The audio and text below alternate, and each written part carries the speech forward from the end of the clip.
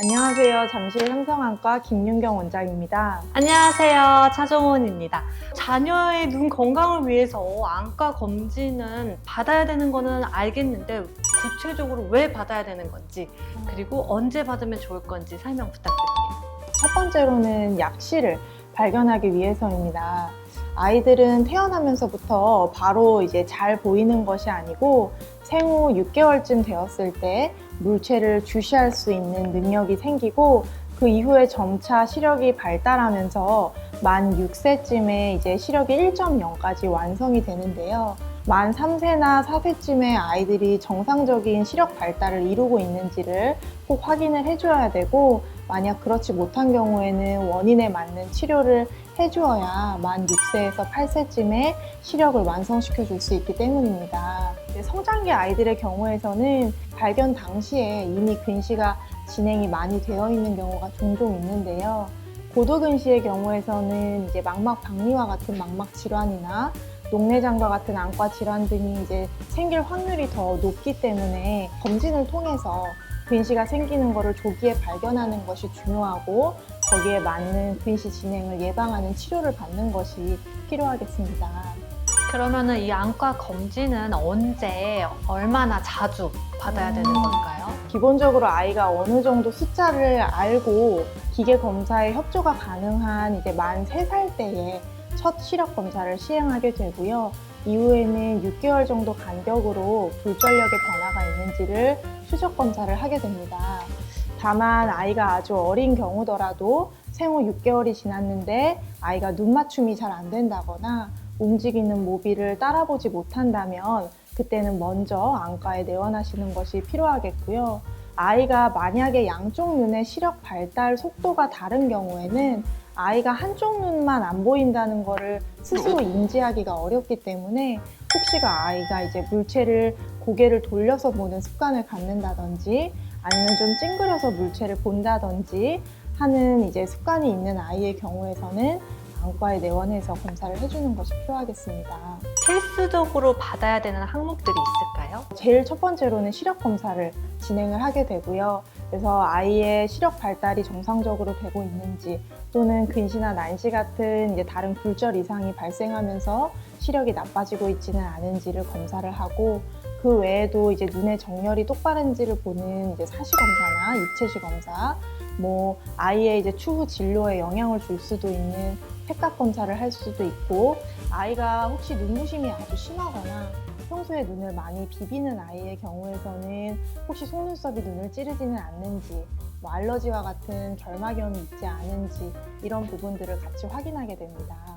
그러면 이런 안과 검진은 검진센터에서 받는 게 더 좋은지 아니면 안과에서 받는 게 더 좋은지 궁금해였어요. 그 안과에서 반드시 확인을 해야 하는 이유는 아이들에게는 이제 가성 근시 그리고 가성 사시가 있을 수 있기 때문입니다. 이제 가성 근시는 가짜 근시를 의미하는데요. 아이들이 이제 근거리 활동을 오래 한 경우에는 그 눈의 긴장이 풀어지지 않은 상태에서 시력 검사를 하면 근시가 없는데도 근시가 있는 것처럼 검사 결과가 나올 수 있습니다. 그것이 만약에 가성 근시 때문이라면 아이가 필요 이상의 높은 도수의 안경을 끼게 되는 일이 생기기도 하고요. 심한 경우에는 안경이 필요하지 않은데도 안경을 끼는 경우가 생길 수 있어서, 특히 아이에게 첫 안경을 맞춰줄 때는 안과에 내원을 하셔서 조절마비 안약을 넣고 진행을 하는 조절마비 굴절 검사를 시행해 주는 것이 꼭 필요하겠고요.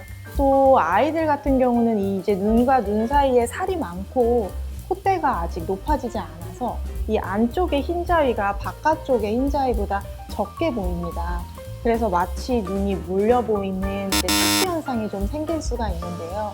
이를 가성 내사시라고 얘기를 하고, 이거는 진짜 사시가 아니기 때문에 의심이 되는 경우에는 안과에 내원해서 정확하게 검사를 받는 것이 필요하겠습니다. 그럼 검진을 받을 때 주의사항이 있을까요? 아이들이 가장 불편해하는 검사가 조절마비 안약을 넣고 하는 이제 조절마비 굴절 검사인데요. 안약을 넣게 되면 이 갈색 동자인 홍채가 마비가 되고, 그것 때문에 이제 동공이 커지는데요. 그걸로 인해서 눈부심이 좀 생긴다거나 일시적으로 근거리가 잘 보이지 않아서 아이들이 좀 졸려할 수 있고요. 원근감이나 높낮이가 정확하게 구분이 잘 안 되기 때문에 검사 후에 과도하게 활동적으로 뛰어다니는 일들은 좀 자제해 주시는 것이 좋고요. 검사가 보통은 당일날 많이 힘들고 다음 날부터는 서서히 이제 회복이 되는데 아이들에 따라서 회복되는 시간이 한 2, 3일 정도 걸리면서 천천히 회복되는 경우도 있습니다. 평상시에 집에서 할 수 있는 건강관리법이 있다면 네. 알려주시면 좋을 것 같아요.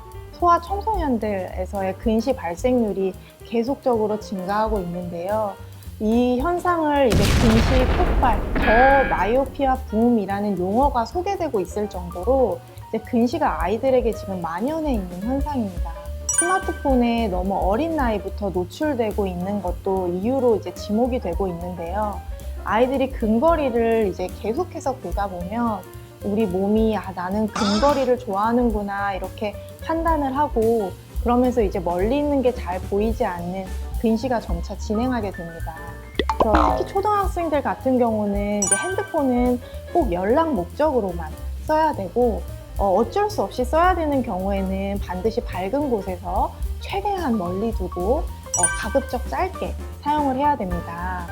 야외 활동을 하루에 2-3시간 정도 하게 되면 근시 진행이 예방이 된다는 보고가 계속적으로 보고가 되고 있기 때문에 이제 핸드폰보다는 야외 활동을 적극적으로 권장해 주시면 좋겠습니다. 그 아이들이 시력 발달이 잘 되고 있는지를 확인하는 것도 중요하고 발달이 되고 난 다음에 성장기에 시력이 다시 나빠지고 있는지를 확인하는 것도 조기에 발견하는 것이 매우 중요한데요. 따라서 이제 6개월에서 1년 간격으로는 반드시 안과에 내원하셔서 검진을 계속 챙겨주시는 것이 아이의 눈 건강에 가장 중요한 부분이라고 생각해 주시면 좋겠습니다. 이번 영상도 유익하셨다면 구독과 좋아요, 알람 설정 해주세요.